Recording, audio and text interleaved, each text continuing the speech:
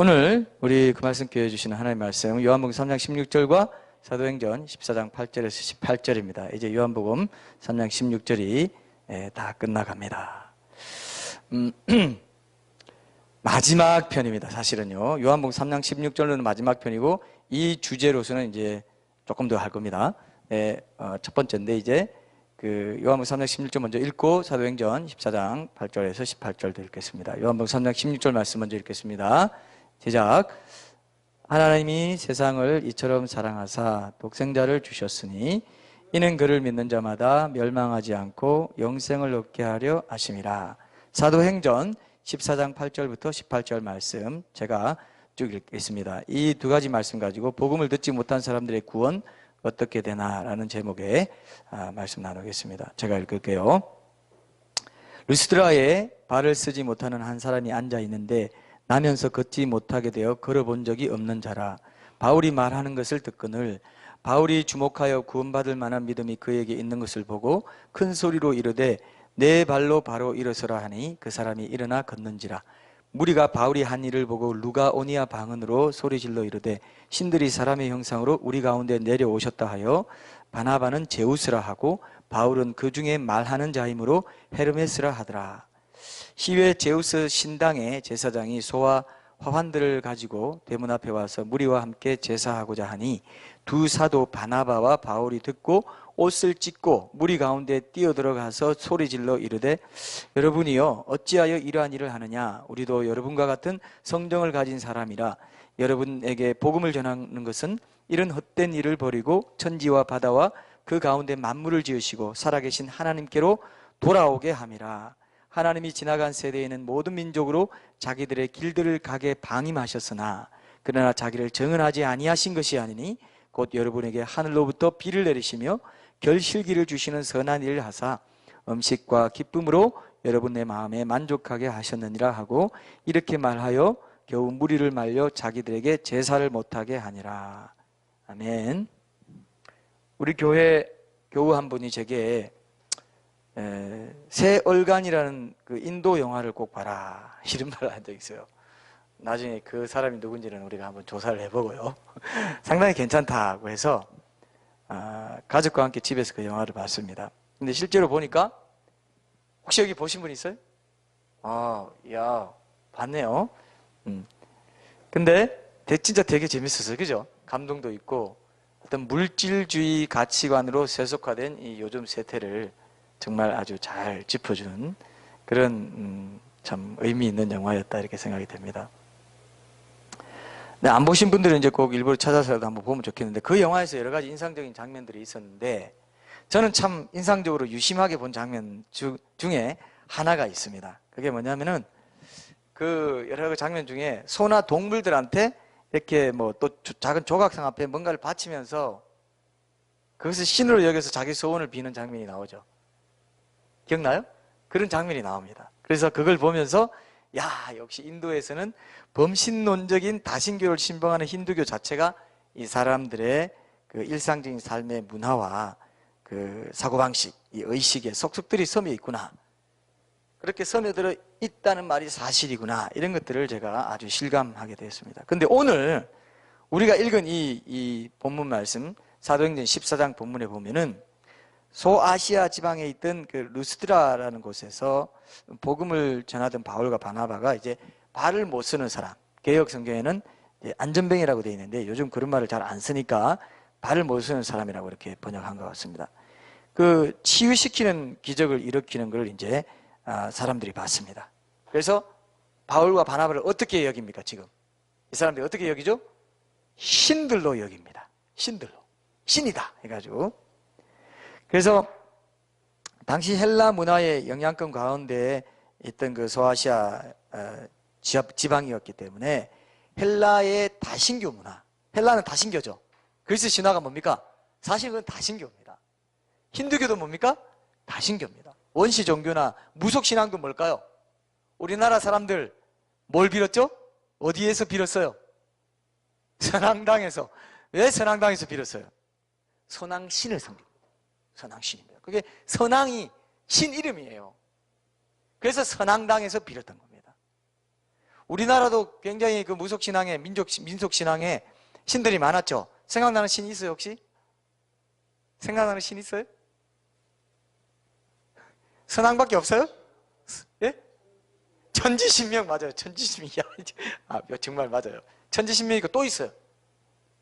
또 있어요. 이것도 천지신명도 사실 범신론입니다. 하늘신, 땅의 신, 천지신명이라 이겁니다.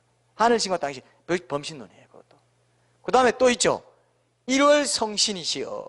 들어봤죠? 그 무당들도 1월 성신, 천지신명 찾습니다.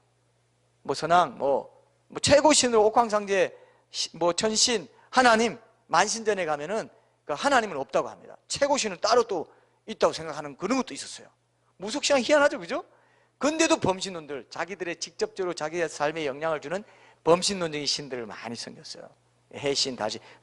천지신명, 1월 성신이 뭡니까? 해신, 달신, 그 다음에 많은 신. 1월 성신할 때 성신은 많은 별이란 뜻이거든요. 많은 별들을 이렇게 섬겼습니다. 그리고 또 있죠, 여러분. 심청전에 나오는 신 누굽니까? 그 용왕을 용왕신이라고 생각합니다. 용왕신이에요. 용왕이. 생각해 본 적 있어요? 없죠?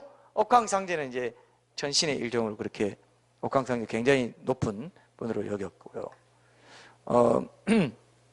그런 신들을 섬긴 것처럼 우리나라도 다신교를 섬겼어요. 만약 이 사람들이 이 소아시아 지방에 처음으로 초대교회 당시에 복음을 전할 때 이 루가오니아 지방에 있는 그 루스드라 지방에 있는 사람들에게 복음을 먼저 전하지 않고 한반도로 와서 한국인들에게, 고대 한국인들에게 복음을 전한다 했을 때, 그때 만약에 이런 기적을 일으켰다면 한국인들이 그 사람들을 어떤 신이라고 했을까요? 제가 방금 힌트 드렸잖아요. 아니죠. 용왕이든지 선왕이든지 천지신명이든지 1월 성신이라 했을 거야. 그게 똑같은 맥락이 이거라 이겁니다. 제우스와 헤르메스라고 한 거는. 맞습니까, 여러분? 그렇게 옛날 사람들은 그런 신들을 섬기고 있었던 시대가 있었다. 그런 거를 여기서 우리가 볼 수 있습니다. 오늘부터 우리가 신화에 대한 이제 설교 시리즈의 마지막 후속편이면서, 그죠? 그건 끝났고, 이제 후속편이면서 동시에 요한복음 3장 16절 이 한 절로 몇 달 동안 진행한 이 복음 설교 시리즈의 마지막 편을 나누는 이제 시간인데, 우리가 신화를 테마로 해서 이렇게 설교 나눌 때 그 신화들이 나오는 여러 신들의 특성에 대해서도 이제 다뤘던 걸 기억할 겁니다. 그 신들의 가장 큰 특성이 뭐였습니까? 기억나요? 복습을 꼭 한번 해야 돼요. 기억나요? 가장 큰 특성이 뭐였어요? 예? 예? 이치에 맞지 않는다. 그것도 맞아요. 실제 세계의 이치에 맞지 않는다. 왜냐하면 창조주 신이면 초월적인 존재여야 되고 인격적인 존재여야 되고, 그죠? 여러 가지 그 뜻이 있는데 그런 게 맞지 않은 건 맞지만, 좀 더 가깝게는 사람들이 만들어냈기 때문에, 사람들이 자기 마음을 투영했기 때문에 사람들의 특성을 그대로 갖고 있다고 그랬죠. 이게 사실 제일 큰 특징이에요. 사람들이 태어나고 죽고 시기하고 분노하고 사랑하고, 그죠? 그 제우스 신은 어땠다고 그랬습니까? 여러 그 헤라라는 자기 아내가 있는데도 불구하고 여러 여신들과 여러 인간 여자들과 이렇게 사귀고, 오히려 그것이 많은 사람들에게 영향을 주는 것이 주신으로서의 권위를 나타내는 거다, 이런 식으로 해석하는 게 그리스 신화입니다. 그죠? 그 인간들이 가진 어떤 특성을 가지고 있기 때문에 완전히 거룩하고 완전히 전지전능하고 흠이 없는 창조주의자 심판장으로서의 참된 신의 자격을 갖춘 존재가 아니다. 왜냐하면 인간들은 다 도덕성을 갖고 있는데, 이 양심이 있는데, 이거 분명히 뭔가 심판이 있기 때문이고, 이 양심을 심어준 신의 존재가 없다고 한다면 무신론자들이 어떤 고통이나 악의 문제를 보고 신이 없어라고 말할 수조차 없다고 그랬잖아요. 그죠? 도덕적인 의식이 없기 때문에. 도덕적인 의식이 있다는 것은 절대적인 잣대가 되는 기준이 되는 절대 완전히 깨끗하고 거룩하고 전지전능한 신이 있다는 건데, 그만이 창조주 신일 수 있고 초월적인 존재여야 되고, 범신론은 자체가 인간의 해나 달 이런 것들이 다 그 창조물이기 때문에 신이 될 수가 없다 그랬죠. 그죠? 이치에 맞지 않는 것도 맞아요. 실제 세계 이치에도 안 맞는 신들을 힌두교든 그리스 신화든 뭐 이런 사람들이 섬기고 있고, 무속신에서도 그거 섬기고 있어요. 해신, 달신, 지신, 하늘신. 하늘 신도 하늘신 성기입니다. 천지신명이 하늘신 땅신이 한 쌍을 이루는 신을 말해요. 천지신명. 이렇게 생각해 보신 적 잘 없을 겁니다. 많이 들어봤지만, 그죠? 이렇게는 생각 안 합니다. 범신론들이에요. 범신론적인 신들입니다. 그래서 이 본문에서 이제 이 사람들이 그런 신들을 이제 믿고 있는 사람들한테 갔더니 그 사람 그리스 신화를 믿던 그 당시 그 소아시아 지역에 헬라 문화가 팍 퍼져 있었기 때문에 신화적인 그런 신화 속에 나오는 신들도 같이 신봉하고 있었는데, 그들이 또 그 신들을 믿었던 특징이 뭐냐 하면요, 인간의 성정을 가진 신들을 섬기고 정성을 다하면서 그 신들을 섬기면서 살아갔는데, 그랬기 때문에 좀 특별해 보이는 사람 영웅들을 어떻게 했다고요? 신격화 시키는 걸 잘했다. 그죠? 그래서 가이사, 시즈도 나중에 신격화 시켰죠. 황제들도 신격화 시켰죠. 그런 것처럼 보세요. 여기 보면은 11절에 보세요. 11절에 보면은 이제 이 영웅 같은 이런 행동을 하는, 기적을 일으키는 이 바울과 바나바를 보고 무리가 뭐라고 하는지 한번 보세요. 무리가 바울이 한 일을 보고 루가오니아 방언으로 소리질러 이르되 신들이 사람의 형상으로 우리 가운데 어떻게 해요? 내려오셨다. 이렇게 본다 이겁니다. 그게 당시의 보편적인 인식이었습니다. 헬라 문화권에서는 신이 인간의 형상으로 인간에게 나타난다는 그런 믿음을 보편적으로 갖고 있었어요. 그래서 그죠? 신적인 인간의 어떤 특성들을 갖고 있다고 봤기 때문에 이런 것들을 어렵지 않게 받아들였습니다. 근데 희한하게요, 여러분, 놀라운 사실이 하나 있습니다.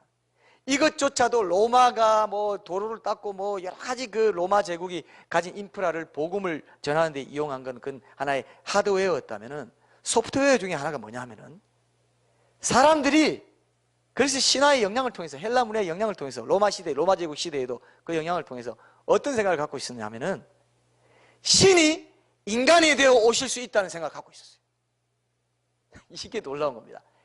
유대인들은 절대로 절대로 안 받아들이는 겁니다. 이게 유일신인데 어떻게 신이 인간이 돼? 말도 안 돼. 그건 신에 대한 불경이다, 이렇게 생각했어요. 근데 이방인들은 어떻게 생각했다고요? 신이 인간이 되어 올 수 있다, 이렇게 믿었다 이겁니다. 그런데 정말 어땠습니까? 예수님이 하나님의 아들이라고 하면서 하나님이 성육신 하신 분이다, 사람의 몸을 입고 오신 분이다 했을 때 어땠다고요? 그들이 받아들이기 더 좋은 그런 영적인 토양을, 신앙적인 토양을 갖고 있었다, 이렇게 신학자들은 해석합니다. 어때요? 그럴듯하죠? 그럴듯하면 안 되고 진짜입니다. 이게 사실은 선교사적으로도 확인되는 팩트입니다. 요즘 하도 팩트 체크라는 말이 많아가지고, 저도 JTBC 뉴스를 이렇게 어떨 때 보면요, 꼭 팩트 체크가 나와요. 근데 그걸 정치인들이 다 써먹어요. 그다음 그죠? 정치인들이 팩트 체크가 돼야 된다, 이런 말을 많이 하는데, 이건 팩트 체크해도 분명한 사실로 드러나. 이게 선교사적으로 나와 있는 사실입니다. 근데 여기 보면 12절에 이어서 참 재미있는 그 이름이 나옵니다. 12절에 이어서 계속 보면은, 그들은 바나바는 제우스라고 하고요, 바울은 그 중에 말하는 자이기 때문에 헤르메스라 하더라, 이렇게 되어 있죠. 그죠? 12절에. 근데 헬라어로 이게 제우스는 주스라고도 발음하는데, 이 제우스는 그리스 신화에서 모든 신들의 우두머리, 주신, 최고신이라고 알려져 있습니다. 근데 여러분, 우리가 생각하기에 바나바가 최고가 좋을 것 같아요? 바울이 좋을 것 같아요? 왜 그렇게 생각해요? 바울이 그럴 것 같지 않아요? 바울은요, 전설에 의하면 정말 볼품 없었다고 합니다. 대머리인데다가 키도 좀 작고, 그러니까 이렇게 얼굴도 별로 그렇게 이렇게 잘생긴 게 아니고, 좀 안질도 있고, 신학자에 따라서는 간질도 있었다, 이렇게 봅니다. 내 육신의 연약함 때문에 너희들이 시험 들는데 내 말은 그렇지 않다. 내 이 연약한 외모를 보고 나에 대해서 이상하게 생각하지 마. 안질도 있고 간질도 있고 대머리에다가 볼품 없었다, 이렇게 되어 있습니다. 좀 실망했습니까? 아니죠? 네? 여성분들은 실망하지, 그것도 아니고 이게 문맥이 안 맞네요. 어쨌든 그렇고 말은 잘해. 근데 말은 잘해. 바나바는 진짜 당당한 체구와 존경받을 만한 위용을 지녔다, 이렇게 알려져 있어요. 그래서 제우스라고 불렀고, 헤르메스는 뭐냐 하면은, 바울이 그 안전뱅이라고 쓰면 안 된다고 그랬는데, 발을 못 쓰는 사람한테 일어나라 하고 말을 하면서 이렇게 실제로 말한 사람은 바울이다, 이겁니다. 그래서 이 헤르메스라는 신은 그리스 신화 속에서 언어를 지배하는 신이었어요. 그래서 헤르메스라고 했습니다. 그 개역 성경에 보면 스스와 흐메라고 되어 있어요. 근데 이번에는 원래 영어 단어대로 고쳤죠. 그죠? 제우스와 헤르메스라고. 제가 옛날에도요, 스스와 흐메라고 했을 때, 이게 스스가 뭐야? 하고 제가 일부러 찾아봤더니 영어에는 다 제우스라고 되어 있고, 원래 그리스 신화에 나오는 헤르메스라고 다 되어 있더라고요. 더 정확하게 보면 뭡니까? 옛날에 보면 스스와 흐메라고 하니까 이게 뭐 옛날에 소아시아 지방의 그들의 민족신, 어떤 토속신, 지방신이었나, 지역신이었나, 이렇게 생각되죠? 근데 뭡니까? 그리스 신화에 나오는 아주 유명한 신들이었다 이겁니다. 그들이 그리스 신화의 세계 속에 살고 있었다 이거예요. 우리가 여기서 분명히 봐야 될 게 뭐냐면요, 여러분 중요합니다. 유대인들이, 안티기독교는 유대인들이 밑에 여호와 하나님도, 여호와 신도 어떻게 부르는지 아세요? 유대 사막신이라고 불러요. 그들의 민족신이다. 여러 신들 중에 하나야. 민족신에 여기 제우스도 있고 뭐 여러 가지 있는데, 우리나라에는 뭐 옥황상제도 있고 뭐 여러 가지 뭐 일월성신도 있고 선왕도 있고, 그런 신 중에 하나가 성경에 나오는 여호와 신이다. 이렇게 지금 안티기독교는 부르고 있어요. 유대 사막신. 근데 전 세계 역사를 통해서 봤을 때 그 하나님이 얼마나 겸손하시고 얼마나 놀라운 분이신지를 나중에 알게 돼요. 에스겔서 같은 데 보면은 나 여호와가 하나님인 것을, 유일한 하나님인 것을 온 세계로 알게 하리라, 그렇게 돼 있어요. 그때 민족신처럼 조그만 그런 민족의 하나님이었던 걸 생각해 봐요. 지금 우리가 성경이 전 세계적인 책이 되고 전 세계적인 기독교가 전 세계적인 종교가 되고 난 뒤에 지금 이 말씀 보니까 당연하게 생각되죠. 그때는 뭐라고요? 완전히 총구석의 조그만 나라에 그 민족신으로 이름을 가졌던 분이 에스겔서의 하나님이에요. 근데 그 하나님이 뭐라고 합니까? 온 세상에 내가 나 여호와인 줄 알게 하리라, 그렇게 얘기했습니다. 이스라엘이 돌아오는 것을 통해서 내가 여호와인 줄 알게 하려고. 오늘 우리가 외웠던 말씀 뭡니까? 장차 너희 우상들 소송해봐, 장차 올 일 말해봐, 장차 당할 일 우리에게 알게 하고. 이전 일에 어떠한 것도 역사가 다 있냐? 나는 역사 다 남겨놨다. 모세를 통해서 모세오경 다 천지 창조 역사부터 창세기 1장 11장까지는 전 인류 역사, 그 다음에 바벨탑 역사까지, 다 노아홍수 역사까지, 지금도 아라라산에 있는 그 역사까지 나는 확인이 가능한 역사를 쓴 사람이야. 쓴 사람이 아니죠. 누굽니까? 쓴 신이야. 죄송합니다. 제가 하나님 오늘 외웠던 말씀이 기가 막힌 말씀. 이사야서 41장 21절에서 22절 말씀, 그죠?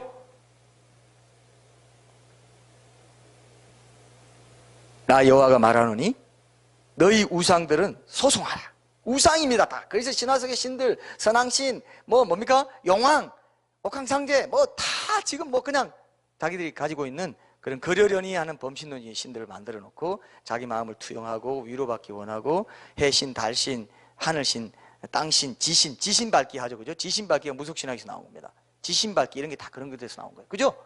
그런 신들은 우상이다. 소송해봐, 이렇게 말합니다. 너희 우상들은 소송하라 이겁니다. 야곱의 왕이 말하노니, 그죠? 야곱의 왕이 말하노니 너희는 뭡니까? 너희는 배운 거 말해보세요. 너희는 소송하라고. 그 다음 뭐예요? 야곱의 왕이 말하노니 너희는 확실한 증거를 보이라. 확실한 증거가 있다. 나만 확실한 증거가 있다. 장차 당할 일을, 그죠? 우리에게 진술하라, 이렇게 돼 있죠. 그 다음에 또 이전 일이 어떠한 것도 알게 하라. 그러면서 우리가 마음에 두고 그 결말을 알아보리라, 이렇게 얘기했습니다. 이 말씀 잘 기억하십시오. 이 말을 하실 수 있는 분은 누구밖에 없다고요? 여호와 하나님밖에 없어요. 그 작은 민족신이었던 그분이 온 세상에 지금 알려졌는 거 맞습니까? 아닙니까? 알려졌잖아요. 그것만 해도 기독교의 독특한 유일성입니다. 그런 신이 없어요. 제우스 신이 그렇게 했습니까? 누가 그렇게 했어요? 헤르메스 신이 그렇게 했어요? 아무도 그렇게 한 신이 없어요. 역사성을 가진 그런 신. 오늘 우리가 다시 한번 확인해야 됩니다. 성경에, 자, 그래서 보세요. 사람들이 민족들마다 여러 신이 있는데 라고 말합니다. 그럴 때 사실은 성경에 나오는 창조주 하나님과는 처음부터 비교조차 되지 않는 그런 신들이, 그런 민족들의 여러 신들이라고 보면 틀림없습니다. 이해되시죠? 이런 신이 없다 이겁니다. 역사성을 가진 이런 신이 없어요. 당시 루스드라 지역에서 요란하게 섬기던 그런 신들이 제우스나 헤르메스 같은 그런 정도의 신이라면 다른 지역의 신들도 비슷하다고 보면 된다 이겁니다. 제 말 이해되시죠? 다른 이제 뭐 신들 굉장히 뭐 있어 보이지만 없다 이거예요. 아무것도 아니다 이거예요. 우상들이라 이거예요. 전부 다 그 자연 만물에 뭐로 이렇게 해가지고 성경은 실은 하나님과 게임 자체가 안 된다. 잽이 안 된다 이거죠. 그죠? 잽 자체가 돼요 안 돼요? 안 된다 이거예요. 그게 바로 오늘 여기 본문에 있는 아주 본문에 숨어 있는 굉장히 중요한 요소 중에 하나입니다. 그리스 신화, 힌두교의 신들 본질적으로 그죠? 범신론적인 신들이죠. 무속 신앙도 마찬가지입니다. 전신 뭐 일 다 마찬가지입니다. 우리 모 대통령 후보가 지금은 이제 사퇴하셨지만은 처음에 한국에 오셔서 이렇게 대통령 후보 되려고 막 이게 이제 국민들에게 인사하고 할 때 그 자신의 조상 신을 섬기는 그 무속 신앙적인 그런 요소를 가지고 이장을 하겠다 하는 소식 들었었죠, 그죠? 충청도 어디서 이장을 한다, 조상의 무덤을 묘를 옮긴다 이런 얘기가 있었습니다. 그게 다 무속 신앙입니다. 그게 다 그들이 믿는 신들인 거예요. 그런 신은 창조주 하나님과 도저히 잽이 안 된다. 그래서 여기 나오는 제우스나 헤르메스 신을 왜 나는 제가 묵상해 봅니다. 왜 제우스와 헤르메스 신, 그래서 신화 속에 나오는 유명한 신을 창조주 하나님과 딱 매칭시켜서 여기 대조시켰을까 생각해 보니까 우리 독자들하고 뭘 알아라느냐, 뭘 알아라고 하느냐? 바로 예수님을 통해 창조주 하나님이 올바로 전해지기 전 시대에 살았던 세상 사람들이 저마다 민족별로 섬기던 신들은 이런 표본이다. 이런 신화 속에나 민속신앙이나 무속신앙이나 어떤 그런 범신론적인 다신교 속에서 나오는 그런 신들의 표본이 바로 제우스와 헤르메스야. 그러니까 비교할 것도 없어. 그 신과 감히 창조주 신을 비교하지 마라. 이 뜻이 저는 담겨 있다고 믿는데 여러분 어떻습니까? 동의가 됩니까? 묵상을 해보면 그 뜻이 담겨 있다는 것을 캐치해낼 수 있습니다. 그래서 13절에 제가 읽어볼게요. 시외 제우스 신당의 제사장이 소와 화환들을 가지고 대문 앞에 와서 무리와 함께 제사하고자 하니 두 사도 바나바와 바울이 듣고 옷을 찢고 무리 가운데 뛰어들어가서 소리질러 이르되 여러분이요 어찌하여 이러한 일을 하느냐? 우리도 여러분과 같은 성령을 가진 사람이라. 여러분에게 복음을 전하는 것은 이런 헛된 일을 버리고 천지와 바다와 그 가운데 만물을 지으시고 살아계신 하나님께로 돌아오게 합니다. 하나님이 지나간 세대는 모든 민족으로 자기들의 길들을 가기 방임하셨으나 그러나 자기를 정언하지 아니하신 것이 아니니 곧 여러분에게 하늘로부터 비를 내리시며 결실기를 주시는 선한 일을 하사 음식과 기쁨으로 여러분의 마음에 만족하게 하셨느니라 하고 이렇게 말하여 겨우 무리를 말려 자기들에게 제사를 못하게 하니라. 여러분 뭔가 감동이 오지 않습니까? 그죠? 그 당시에 모든 민족들이 이런 신들을 섬기고 있습니다. 이제 초대교회 때 복음이 전해지기 시작하면서 예수님을 통해서 창조주 하나님의 정말 참된 실체를 드러내는 이 복음이 이방 땅에 전해질 첫 관문에 그리스 신화나 이런 신들이 딱 버티고 있었다 이거예요. 그죠? 그때 그것을 제끼면서 너희들이 이제 이 헛된 일을 버리고 그런 거짓된 신들을 버리고 이제 참된 신을 하늘과 천지와 바다와 그 가운데 만물을 지으시고 살아계신 하나님께로 돌아오는 이 복음의 역사를 받아들이라 이렇게 선포하고 있습니다. 그죠? 굉장한 말씀이죠? 근데 거기에 헤르메스와 제우스가 나온 거예요. 자, 여기 보니까 우리가 하늘부터 비를 내시며 결실을 주신다 이 말씀을 보면서 제가 좀 더 묵상을 해보게 되었습니다. 저 요즘 자전거를 타고 이제 사무실을 오고 가는데 요즘 같은 봄철에는 제가 꽃가루 알러지가 있습니다. 그래서 마스크를 쓰고 다니는데 진짜 마스크가 아니고 종이 호랑이 같은 종이 마스크를 쓰고 다닙니다. 혹시 종이 마스크 쓰는 분 있어요? 종이 마스크도 약국에서 그러더라고요. 안 하는 것보다 낫습니다. 안 하는 것보다 나아요. 그래서 만약에 미세먼지가 굉장히 나쁩니다. 그러면 종이 마스크 하면 어떨까요? 미세먼지 보통의 상태로 지낸다. 나 그렇게 보는데 제 해석입니다. 어쨌든 간에 그분이 약국에서 구매를 하죠. 근데 미세먼지 방지용 마스크는 비싸잖아요. 뭐 1,000원에서 3,000원까지 1,000원에서 3,000원까지 한다던데 뭐 그렇게까지 못하니까 저는 이제 여러 장, 한 30장 정도 들었는데 뭐 2,000~3,000원 밖에 안 해요. 그래서 그냥 하루 쓰고 버릴 수 있는 그런 게 되더라고요. 근데 요즘 사람들이 이 햇빛, 맑은 햇빛, 투명한 햇빛을 그리워하더라고요. 그죠? 요즘 안 그래요? 맑은 하늘. 요즘 어제는 터키도 황사가 와가지고 엄청나게 그냥 매우 나쁜 상태였는데 요즘 제가요 그 햇빛, 맑은 하늘, 파란 하늘 이런 것들 사람들이 그리워하는 걸 보면서 저도 마찬가지고요. 아 정말 사람들이 막 그 이민 가고 싶다고 할 정도로 어떤 사람은요 자녀를 더 낳으려고 생각했는데 더 안 낳겠다고 얘기하는 사람도 있어요. 여자인 것 같더라고요.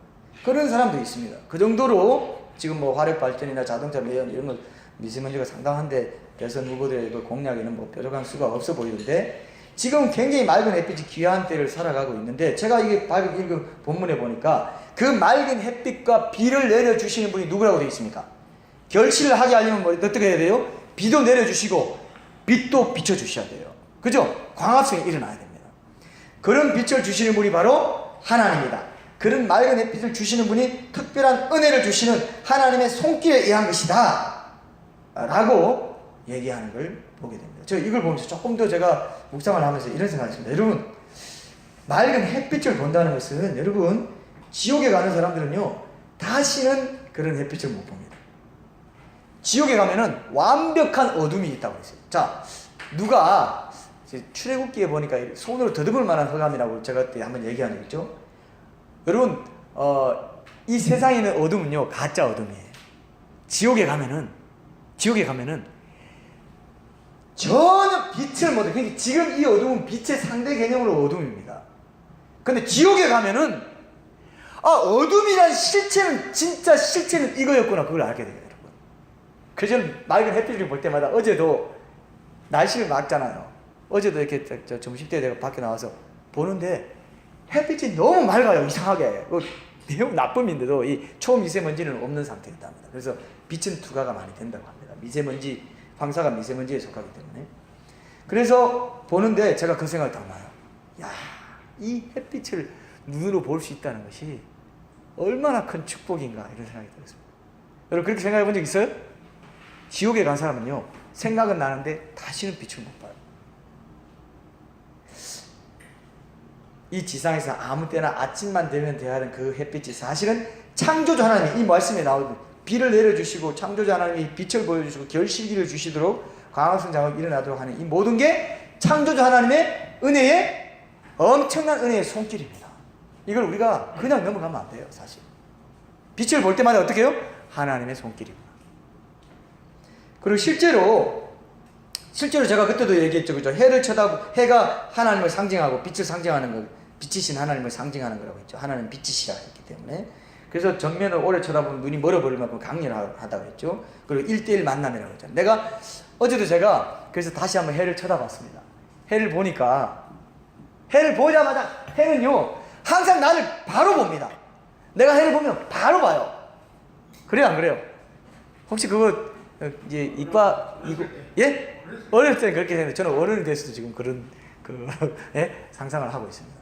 바로 보는 이유가 뭘까요? 하나님은 항상 나를 1:1로 만난다는 뜻입니다. 항상 나를 비춰주고 있고 항상 나만 보고 있어요. 정말입니다. 이걸 안 믿는 사람은 그냥 믿지 마시고요. 저는 그걸 믿어요. 그래서 태양을 한번 보면요 항상 나를 야 내가 나 쳐다보길 기다렸다 이런 식으로 바로 쳐다봅니다. 상상이 안 가요? 그림으로 그려드려야 상상이 갑니까? 근데 하나님이 맞아요. 사람들이요 태양신을 섬기는 게 이해가 돼요. 저는 동정하는 마음이 있습니다. 왜냐하면 너무나 그 본의가 있고요 너무나 빛이 정말 하나님의 그 모형이거든요. 사실은 하나님의 성천국에서의 하나님의 빛 되심을 보여주는 모형입니다. 그래서 이 세상도 천국적인 곳이에요. 사실 사람도 천국적인 존재로 태어나서 자라왔고 한 번도 지옥은 상상조차 할 수 없는 곳입니다. 지옥 가게 되면은 그때야 이 땅이 천국이었다는 걸 알게 됩니다. 천국적인 관계로 살았다는 걸 알게 돼요. 가족부터가 사랑의 관계로 뭉쳐졌던 이 사랑의 마음, 따뜻한 마음, 포근한 마음 이게 다 천국적인 질서 가운데 있었어요. 남녀간의 사랑도 마찬가지고. 지금 사람들은요 뭐 지금 휴일 되면 막 밖에 나가고 뭐 해외 여행도 가고 뭐 좋아가지고 막 하는 이게 지금 사실 천국에 사는 거예요. 어떻게 보면 그죠? 사실 여기가 천국입니다. 천국적인 질서로. 여러분 오늘 우리가 참외를 먹을 텐데 제가 참외 맛을 이제 제가 참외를 먹을 때마다 아니면 뭐 제가 좋아하는 과일 먹을 때마다 야 이게 천국에 있는 과일 그대로 애누리 없이 여기 내려와 있는 거다 이렇게 생각합니다. 역시나 여러분들은 상상만 하십시오. 하나님의 그 맛의 상상력, 창조력의 그 상상력, 먹을 때마다 저는 생각해요. 감탄해요. 와, 그리고 뭐 어떤 그 매실차 같은 거, 매실을 어떻게 이렇게 만들고, 마늘은 또 왜 만들어가지고, 마늘, 그 김치 마늘 없으면 맛이 없어요. 나는 짠맛지만 다 상상해. 천국 가면 엄청난 요리사들이 있을 겁니다. 식당이 있어요. 거기 가면 엄청나게 맛있는 요리들이 나오는데 기가 막혀서 우리가 혀가 돌아가 버립니다. 이러면 야, 천국 하나님 나라는 먹고 마시는 데 있는 것이 아니고 평강과 희락과 거기 있는데 뭔 소리야, 이거 치사하게, 아니 뭐 유치하게. 그거는 그 뜻은 있고요, 엄청난 게 있습니다. 예수님이 뭐라고 했어요? 그 다락방에서 마지막 만찬 하실 때 이 포도주가 이거 하나님 나라에서 새 것으로 마시게 된다. 이제 마시지 않는다. 먹고 마시는 게 있어요, 없어요? 있어요, 없어요? 성경에 있어요, 없어요? 있잖아요. 일도 있잖아요. 너희가 이렇게 많은 일을 잘 열매를 맺게 내가 더 많은 일로 너희가 맡기겠다. 일도 있다고 돼 있어요. 천국이 여기 있는 거 다 있다는 겁니다. 이게 천국적인 질서를 하나님 만들어 놨기 때문에 모든 사람, 형제 자매 가족애를 누려요. 존 웨슬리 만나고요, 바울 만나고요, 루트 만나고요. 루트 형님, 야, 내가 진짜 대단한 그 형님을 알고 있으니 오늘 지금 만나니까 너무 좋네요. 그런 사람들도 만나는 것도 기쁘지만은 예수님, 하나님 삼일째 하나님 만나는 건 뭐 우리 마음이 그냥 붕 뜨는 거죠. 그죠? 그런 것이, 그래서 인간도요, 남자 여자를 만드는 이유, 인간은, 사람은요 성적인 존재입니다. 섹슈얼 비잉이라고 합니다. 성적인 존재를 지으신 거예요. 창조 질서입니다, 그것이. 그래서 옛날에는 14살, 15살 정도에 다 결혼시켜가지고 문제가 없게 만들었는데 지금은 그보다 몇 배입니까? 한 3배? 2배? 2배 맙시다. 그렇게 성적인 존재를 지었는데 자연 질서에 안 맞게 지금 혼자 이렇게 살게 해놓으니 얼마나 이 죄도 많고 이 마지막 때라고 저는 생각합니다. 저는 진짜 이런 거부터가 옛날에 다 그냥 조금 이제 사춘기 되면 다 결혼해서 다 아이들 낳고 그냥 평생 계속 애 낳고 잘 사는데 지금은 다 늙은이들 다 돼가지고 결혼하는 것 같아요. 네? 안 그래요? 사실 이거 창조 질서가 맞지도 않습니다, 이거 진짜. 근데 어쨌든 뭐 그건 우리 소망이고요. 뭐 물론 이제 사회가 바뀌면서 또 그렇게 늘어난 것도 있습니다. 그런 것들은 또 하나님이 일반 은총 속에서 점진적인 계시 가운데 지금 이렇게 사회가 달라졌기 때문에 또 그만큼 참고 인내하고 이런 것도 우리 훈련시키시는 거니까 그리고 또 같이 간다고 보는데 어쨌든 간에 창조 질서를 성적인 존재로 지은 것이 맞습니다. 그래야 행복을 온전히 누릴 수 있고 사랑을 누릴 수 있도록 지었습니다. 그 질서를 따라가는 게 제일 좋은 거죠. 자, 그래서 이 햇빛조차도 천국에 있는 밝게 비치는 하나님의 영광을 상징하는 것이에요. 이해되십니까? 이 땅이 천국인데 천국에 천국에는 해가 없습니다. 왜? 하나님 자체가 빛이에요. 엄청난 빛인데 어떤 사람은요 천국에 갔더니 이렇게 표현했어요. 천국에 가니까 하얀 것밖에 없더라. 왜요? 완전한 빛이거든요. 지금 이 빛은 그냥 모형입니다. 그림자예요. 천국의 빛이 되면 어두울지 모르겠어요. 거기 가면 하나님의 그 빛이 하얀 느낌이 든다는 거죠. 저는 그 말이 무슨 뜻인지 이해되겠어요. 그래서 여러분 이것만 봐도 이게 뭡니까? 이게 하나님이 하나님 되심을 보여줬다 이겁니다. 비를 내리시고 결실기를 주셔서 햇빛을 붙여주셔가지고 결실기를 주시는 것을 통해서 자기를 증언했다 이거죠. 그죠? 천국적인 질서 가운데 있는 너희들은 있어, 이걸 보여주는 겁니다. 제가 이것은 가톨 콘서트 메시지 할 때나 여러분 뭘 말씀 들었기 때문에 말씀이나 사랑 이런 창조 질서는 여러분이 다 아실 거예요. 이걸 통해서 하나님은 자기를 드러내 줬다라고 말하는 게 오늘 본문입니다. 그죠? 그래서 핑계할 수 있어요, 없어요? 핑계할 수 없다. 그래서 자기 마음속 양심 속에 하나님이 자연과 양심 속에 하나님을 드러내시고 도덕적으로 양심대로 살아갈 수 있도록 한 모든 것들을 거부하고 하나님을 거부하고 살았던 사람들, 그 사람들은 핑계할 수 없게 된다. 이게 오늘의 취지입니다. 근데 중요한 것은 여러분, 중요한 것은 하나님이 살아계시지 않으면 당장 우리 식탁에 먹거리가 제공되지 않는다는 것까지도 여러분 생각하시고요. 이걸 실감할 수 있어야 창조자 하나님께서 우리의 매일의 일상 속에서 믿는 자든 믿지 않는 자든 얼마나 가까이 계시고 일일이 관여하고 계시는지를 실감할 수 있게 되는데, 문제는 뭐냐 하면은 그런 일반 계시를 통해서 일반 계시만 갖고 있던 사람들도 구원, 특별 계시를 통해서 성경에는 분명히 예수님을 믿고 고백해야 구원받는다 그러고 내가 곧 길이요 진리요 생명이 나를 말미암 적은 않고는 하나님께로 아버지께로 갈 자가 없다고 했는데 예수님이라는 특별 계시, 성경이라는 특별 계시를 모르던 시대, 일반 계시만 자연세계와 양심만 갖고 있던 그 시대 사람들은 그러면 어떻게 구원을 받아야 이거 아닙니까? 그죠? 오늘은 우리가 좀 더 전반적인 것들 먼저 다루고 그 다음부터 좀 더 깊이 있게 들어가려고 합니다. 이 문제가 상당히 그 논란이 될 수 있습니까? 없습니까? 논란이 될 수 있어요. 자, 근데 본문에 보면은 15절 다시 한번 읽을게요. 이르되 여러분이 어찌하여 이러한 일을 하느냐? 우리도 여러분과 같은 성경을 가진 사람이라 여러분에게 복음을 전하는 것은 이런 헛된 일을 버리고 천지와 바다와 그 가운데 만물을 지으시고 살아계신 하나님께로 돌아오게 함이라. 자, 이 본문에 나오는 헛된 일이라는 게 아까 말했죠, 그죠? 제우스 신에게 제사하는 행위나 또 사람을 신으로 알고 경배하는 행위입니다. 근데 이제 잘못된 신관이다. 이제 거기서 돌이켜라. 살아계신 천지 창조하신 살아계신 하나님께로 돌아오라. 이것이 너희들에게 이 복음을 전하는 이유다 그랬습니다. 근데 이걸 거꾸로 들으면은 바울과 바나바가 그들에게 복음을 전하지 않으면 그들은 계속 가짜 신들을 섬기는 헛된 일들을 계속하게 되고 결국 천지를 만드신 살아계신 하나님께로 돌아올 수 없게 된다고 말하는 것처럼 보이죠. 그쵸? 자, 이 얘기를 잘 보십시오. 그러나 그 어쩔 수 없는 상황에 대해서 하나님께서 방임을 하셨다 이렇게 되어 있어요. 방임을 하셨지만 그럼에도 불구하고 자신을 증거하시지 않은 것은 아니다 이렇게 말하고 있습니다. 그죠? 오늘 본문이 굉장히 중요해요. 사실은 이 문제에서 16, 17절에 그렇게 나오죠. 그죠?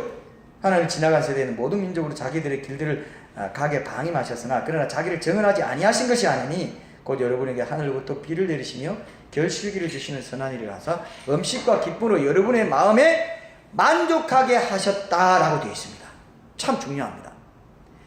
하나님이 그들이 만족을 느낄 수 있을 만큼 드러내 주셨다는 뜻도 되는 거예요. 신학적으로 보면 이해되시죠? 핑계할 수 없다고 했기 때문에 여러분들의 마음에 만족하게 하셨다라고 되어 있습니다. 굉장히 중요한 말씀이에요. 지나간 세대는 그저 복음이 전해지지 않았던 세대, 과거 세대를 말합니다. 그때 그들이 다니던 길이라는 건 뭐냐면 그들의 가치관입니다. 종교적인 진리, 세계관 이런 걸 말합니다. 근데 하나님께서 그들이 신화나 종교 영역에서 섬기던 신들에 대한 믿음을 가르치기도 하는데 그 복음이 전해지기 전 시대의 사람들이 나름대로 민족별로 그들의 신화나 종교 속의 신들을 신봉하며 살아가는 그 삶의 방식과 길을 제지하시지 않고 그걸 갖고 책망하시거나 막 강제로 못하게 하시지 않고 개역 성경에 보면 묵인하셨다 되어 있어요. 방임하시고 묵인하셨다 되어 있습니다. 희한하죠, 그죠? 왜 그랬을까요? 여러분 왜 그랬다고 생각해요? 하나님 왜 그걸 묵인하셨을까요? 왜냐하면은 시대적으로, 상황적으로, 여건적으로 복음이 들어갈 수 없는 상황인 걸 하나님도 고려하셨다 안 하셨다? 고려해 주셨다 이겁니다. 너희들이 어쩔 수 없다. 세종대왕 이순신 어쩔 수 없다. 그 시대에 복음이 안 전해졌잖아. 그들이 복음을 안 믿은 것에 대해서 내가 책임을 지운다 안 지운다? 안 지우겠다고 말하시는 거예요. 지금 방임하셨다는 거예요. 묵인해 주셨다는 거예요. 중요한 말씀입니다. 그런데 제한적 구원론과 포괄적 구원론이 여기서 갈려요. 제일 중요한 건 두 가지인데요. 여러 가지 구원론이 있는데요. 제한적 구원론은 뭐라고 합니까? 여러분 뭐라고 하는지 아세요? 제한적 구원론은 무조건 복음을 듣고 예수님을 구주와 주님으로 영접하고 신앙 고백한 자만 성경에 있는 그대로 문자적으로 그대로 한 자만 천국 가기 때문에 그렇게 안 한 시대에 살았던 사람들은 뭐라고요? 구원을 못 받고 다 지옥에 갔다 이렇게 되어 있습니다. 그게 누굽니까? 바로 칼빈주의자들. 칼빈주의, 개혁주의, 특정주의라고 합니다. 베타주의라고 돼요. 그 사람들은 왜 그렇게 힘들까요? 자, 이거 아시는 분은 오늘 MVP입니다. 이제 결론으로 갑니다. 이거 아시는 분은 오늘 MVP는 뭡니까? 이거 most 뭐예요? 뭐였죠? value of person이죠. 자, 그런 것까지는 아닌데 이거 맞춘다고 해서 그런 것까지는 아닌 것 같네요. 자, 어쨌든 말을 하자면 그런데 왜 그럴까요? 왜 그럴까요? 왜 칼빈주의자들은 그렇게 믿고 있을까요? 지금도 그렇게 믿고 있는 사람 많습니다. 아예 그런 거 따지지도 마라. 그런 거는 하나님이 이렇게 해서 이렇게 한 거기 때문에 더 이상 말하지 마라. 세종대왕 이순신 다 지옥 갔다. 이렇게 믿습니다. 예? 선택만. 이중이. 하나님이 그죠? 천국 갈 사람, 지옥 갈 사람 이미 다 택했기 때문에 복음이 전해지는 시대에 택함 받은 사람들을 살게 하셨다고 믿는 거예요. 여러분, 이게 제한적 구원론이라고 굉장히 중요한 복음주의의 그 크게 몇 가지 받아들이는 것 중에 중요한 겁니다. 보수적인 장로교인들은 이렇게 믿는 분들이 많아요. 그렇지 않고 또 그렇지 않다. 그렇게 되면 뭐가 문제가 됩니까? 하나님의 공평하심이 문제가 돼요. 하나님의 공의와 사랑을 조화시킬 수 있어요, 없어요? 조화시킬 수 있어요. 그럼 복음 전할 때 이렇게 말하면 그 복음 전해받는 사람이 납득할 거야, 안 할까요? 절대로 납득 안 해요. 안티기독교 사이트 가보세요. 이거 갖고 얼마나 많이 공격하는데요. 너희들은 뭐 세종대 예수님 다 지옥 갔다며? 말이 되냐? 그들이 뭔 잘못이 있어서 너희들이 하는 그런 하나님이냐? 이렇기 때문에 제가 칼빈주의에 대해서 계속 성경적으로 신학적으로 제대로 조명돼야 된다고 해서 반상으로도 얘기하고 자꾸 얘기하는 겁니다. 왜냐하면 변명 전도가 안 돼요. 이걸 믿으면 됩니까, 안 됩니까? 안 됩니다, 이거는. 그러나 우리는 마음이 편해요, 안 편해요? 우리 마음은 편합니다. 근데 우리 마음만 편하면 됩니까, 안 됩니까? 세상이 이해를 못 하는데 너희만 좋냐? 너희들 천국 가라. 우린 지옥 갈 테니까. 우리 어차피 선택받지도 못했어. 우리 염려하지 마. 우리는 믿어도 뭐 선택받지 못했으면 지옥 갈 거고, 이런 식으로 운명론에 빠뜨려 버리게 만든다. 하나님이 그런 식으로 했을까요, 안 했을까요? 하나님 그런 식으로 했을까요? 절대로 그렇게 안 했습니다. 성경을 보면 그렇게 나와 있어요. 이거를 우리가 앞으로 좀 더 깊이 있게 나누게 될 거예요. 기대가 됩니까, 여러분? 이 부분을 여러분들이 바로 보셔야, 한국인들이 제일 많이 묻는 질문이 바로 세종대왕 이수신, 예수 몰랐던 세종대왕 이수신 장군 지옥 갔냐? 제가 조선일보 인터뷰 나갈 때도 2012년 2월 10일자 나갈 때도 어떤 게 나갔습니까? 제목이 예수 몰랐던 세종대왕은 지옥 갔나? 그거였습니다. 처음에는. 그래서 네이버나 네이트나 다음에는 다 그 제목으로 나갔나 봐요. 근데 나중에 이게 너무 이게 막 격렬하게 수백 개 댓글이, 반대 댓글이 달리고 하니까 거기서 아침반 새벽판에는 바꾼 것 같더라고요. 제가 그 조선일보에는 2개 다 남아 있었어요. 예수 몰랐던 세종대왕은 지옥 갔을까? 그거랑 예수 몰랐던 착한 심청이는 지옥 갔을까? 이렇게 2개가 있어요. 나중에 새벽판에는 바꿨어요, 제목을. 그 정도로 반대가 많았습니다. 악플이 막 달리고 있습니다. 이게 뜨거운 감사입니다. 그래서 이렇게 신화 속의 신들 얘기를 다루면서 제가 여러분들에게 그 결론편으로 이것을 다루게 된 겁니다. 그러니까 제한적 구원론은, 그러니까 아까 말씀드린 대로 속죄를 위한 예수님의 죽으심과 부활을 통해서 그를 구원자로 믿고 고백함으로써만 구원을 받을 수 있다. 일반 계시에는 이 예수 그리스도에 대한 지식이 없기 때문에 그를 믿을 수 없게 만든다, 이렇게 보는 겁니다. 구원은 지식이 아니라 믿음을 통해서 받는 것이기 때문에 성경에 있는 대로만 보면은 예수님의 죽음과 부활에 대한 복음의 본질을 알지 못하고 그리스도를 구원자로 고백하지 못하고 믿지 못하면 천국 못 간다. 이게 제일 우리로서는 제일 좋아요.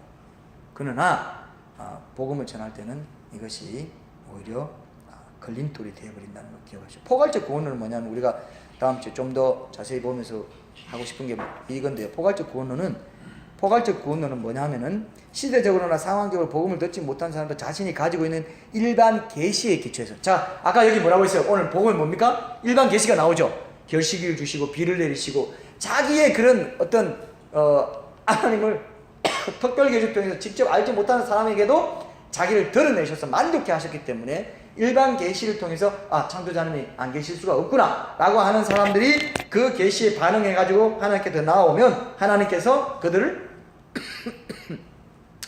구원하신다, 이렇게 믿는 게 포괄적 구원인데, 많은 복음주의 신학자들이 이거를 많이 믿고 있습니다. 저도 포괄적 구원론에 가까운 입장을 갖고 있어요. 왜냐하면 이게 합리적인 대답이 되기 때문에 그렇습니다. 이 말씀은 히브리서 11장 6절에 보면은, 자, 믿음이 없이는 하나님을 기쁘시게 하지 못하나니 하나님께 나아가는 자는 반드시 그가 계신 것과, 믿음에, 그가 계신 것을 믿는 것도 믿음에 속해요, 안 속해요? 믿음에 속해요. 그가 계신 것, 또한 그가 자기를 찾는 자들에게 어떤 특정한 지식, 예수님에 대한 지식, 예수님에 대한 믿음, 이게 아니라 자기를 찾는 자들에게 상 주시는 이심을 믿어야 한다라고 말한 것에 기초를 합니다. 이해되시죠? 그죠? 그가 계신 거, 하나님이 계시다, 하나님 나 믿어, 이렇게 하면서 그렇게 복음이 전해지기 전에 살았던 사람들이 하나님을 더 추구할 때 하나님이 어떤 하나님만 보시는 어떤 그런 기준을 통해서 그들을 구원하셨다, 이렇게 보는 겁니다. 지금 만약에 이런 생각을 가지고 있는 사람은 하나님 반드시 복음을 통해서 교회를 나오게 함으로써 구원하십니다. 이해되시죠? 옛날에는 어땠다고요? 교회가 없고 복음이 없기 때문에 어땠다고요? 하나님만이 아는 기준으로 그를 구원하셨다, 이렇게 본다 이거예요. 자, 여기에는 여러 가지 문제가 있고 뭐 있기 때문에 지금도 오지에서 선교적인 필요성, 전도의 필요성 이런 거 있기 때문에 이건 다음번에 제가 조금 더 구체적으로 다뤄야 되는 문제예요. 그냥 이것만 말하고 끝내면 안 된다는 걸 알기 때문에 오늘은 우리가 여기까지 좀 다루려고 합니다. 그래서 하나님이 구원하시는 이들이 모두 예수 그리스도를 알아야 하는 것은 아니다라고 보는 게 포괄적 구원입니다. 사람을 구원하는 것은 어떤 특정 사실에 대한 지식이 아니라 하나님 자체다. 하나님이 구원하시기 때문에 어떤 특정 지식, 특정 어떤 그 예수님의 부활과 죽으심과 부활, 어떤 그 고백하는 것, 이거 떠나서 하나님이 있다는 걸 인정하고 일반 계시를 통해서 하나님을 더 찾고자 하고 그가 계신 것을 믿고 나오는 자를 하나님은 하나님의 기준에 의해서 구원으로 이끄신다라고 보는 게 굉장히 복잡한 거예요. 왜냐하면 이게 왜 위험하냐면 종교다원주의와 연결될 수 있기 때문에 그래요. 익명의 그리스도인, 그리고 다른 종교에도 그러면 성령님이 역사하시냐 이런 얘기까지 비판이 많기 때문에 굉장히 예민하기 때문에 다음을 잘 들어야 돼요. 오늘 제가 그걸 얘기를 풀어놓지 않겠습니다. 왜냐하면 그건 굉장히 그건 우리가 까다로운 문제이기 때문에. 그래서 여러분들이 이 정도로 아시면 됩니다. 그 제한적 구원론은 칼빈이라든지 어거스틴이라든지 우리가 생각하는 일반적으로 정통 신학자들이라고 하는 사람들이 믿었어요. 어거스틴, 칼빈, 또 누가 있습니까? 정통 신학자 중에 뭐 우리가 잘 아는 스프로울 같은 그런 그 켈빈주의 신학, 유명한 켈빈주의, 대표적인 켈빈주의 신학자죠. 또 그런 사람도 있었고, 또 보면은 우리가 잘 아는 조나단 에드워즈라든지 칼 헨리 뭐 이런 사람들, 로널드 내시라든지 이런 그 개혁주의 리폼드 신학교 계열의 신학 있는 사람이고요. 이 포괄적 구원론은 뭐 존 웨슬리라든지 순교자 저스틴 유스티누스라든지 C.S. 루이스라든지 이런 사람들, 커각 빈록이라든지 판넨베르크, 하여튼 그 좀 어떻게 보면 칼빈주의와 알미니안주의의 어떤 그 진영 간의 입장 차이, 이 정도 돼요. 근데 성경적인 입장은 그 중간쯤 되는 거예요, 사실은. 난 그렇다고 봅니다. 그러나 포괄적 구원론이 훨씬 더 하나님의 사랑과 공의를 조화시키는 면에서는 변정전도에서 우리가 더 깊이 연구하고 잘 활용해야 될 그런 입장이다, 이렇게 봅니다. 그래서 여러분들은 그 정도 아시고요. 오늘 제가 결론을 맺을게요. 오늘 말씀을 보면서 저는요, 참 하나님께 감사했습니다. 뭐냐 하면은 어쨌든 간에 초대교회 당시의 사도들이, 사람들이 성경도 사람들이 참된 하나님과 예수님의 복음을 알지 못한 채 오랫동안 살아왔다는 것을 인정하고 있습니까? 그냥 무시해버리고 그런 건 생각할 필요도 없어, 무시해버리고 우리 복음만 들으면 돼, 이렇게 말하고 있습니까? 어떻게 말하고 있어요? 성경도 인정하고 있습니다. 그때 그런 시대가 있었어. 그때도 그런 시대가 있었지만 그걸 방임하시고 묵인해 주셨다. 그러나 지금부터는 이제는 참된 하나님께로 돌아와요. 이제 그리스 신화 속의 신들, 그런 신들, 무속신앙이 선앙당 신, 그런 신 섬기지 말고, 옥황상제니 뭐 애매한 용왕 이런 거 섬기지 말고, 일월성신, 천지신명 이런 거, 조상신들 제사 지내면서 조상신들 뭐 이장 뭐 묘 이장하고 그런 짓 헛된 일도 버리고 이제는 복음이 전해지는 지금은 하나님께로 돌아오라라고 말하는 게 합리적입니까? 아닙니까? 합리적이잖아요, 이 자체를 볼 때는. 그리고 하나님께서는요, 이 말씀을 제가 묵상하면서 뭐 어떻게 느꼈냐면, 거기 각 시대에 맞게 이 부분에 대해서 설명을 잘 해줘라. 너희들 책임이야, 그거는. 이 당시에는 이 정도로 설명했고, 너는 이런 식으로 그 시대에 맞게 사람들이 이해할 수 있도록, 변정적으로든 어떤 형태로든 그들이 납득할 수 있도록 너만 그냥 나는 복음만 전하고 말 거야. 그들이 뭐 이해하든 뭐 오해하든 상관없어, 이러지 말고 그들이 이해할 수 있는 언어로 얘기해줘라. 사도행전 17장에 아데네 가서도 알지 못하는 신에게라고 쓰긴 단도 보았고, 너희들 그 시인들 중에는 이런 말, 그 시인의 그 철학자들의 분위기에 맞게 설명을 해줘요. 그죠? 그와 똑같습니다. 여기에서는 이렇게 간단하지만 아주 확실하게 설명해 주는 걸 보면서 성경에서도 이걸 무시하지 않고 있기 때문에 우리도, 많은 사람들이 이 문제 가지고 복음을 못 듣습니다. 우리 이웃들 중에요, 이 문제 하나 때문에, 또 이 문제 아니더라도 어떤 굵직한 한두 가지 이유 때문에 복음이 막혀 있어요. 그것만 열어주면 어때요?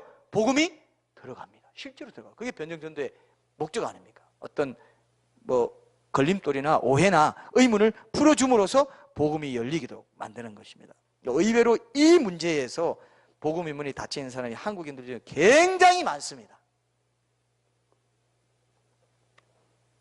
아, 좋은데 그러면 우리 조상들 그 수천 년 동안 우리 조상들 다 지옥 갔냐? 이거 한마디로 다 듣고 나서도 다 엎어버려요.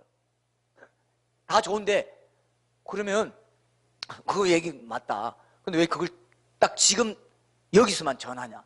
이거 진짜 절대 일이고 이거 안 믿으면 지옥 간다면은 이것이 이 복음이 들어오기 전 시대에 우리 수천 년 동안 우리 조상들 그 수많은 사람 다 지옥 갔다. 이게 말도 안 돼. 그래도 그러니까 지금도 안 믿어도 되는 거야. 이렇게 통하는 거예요. 그렇죠? 이런 사람들이 의외로 굉장히 많아요. 그러니까 우리가 이거를 조곤조곤 잘 성경적으로 신학적으로 또 합리적으로 상식적으로도 이해할 수 있도록 그래서 뒷공무리를 뒷문으로 세지 못하도록 뒷문을 딱 막아버려야 됩니다. 그래야 되겠죠? 그걸 우리가 이번에 마지막 이 예수님의 요한복음 3장 16절 정말 위대한 복음을 증거하고 또 백업하고 그죠? 그런 타당성을 얘기하기 위해서는 이 부분까지 가야 결론을 맺을 수 있겠다 해서 이 부분을 다루는 겁니다. 다음 주에 우리가 결론적인 그런 것들 다음 주부터 또 한번 찾아보겠습니다. 우리 찬양하고 결단하겠습니다.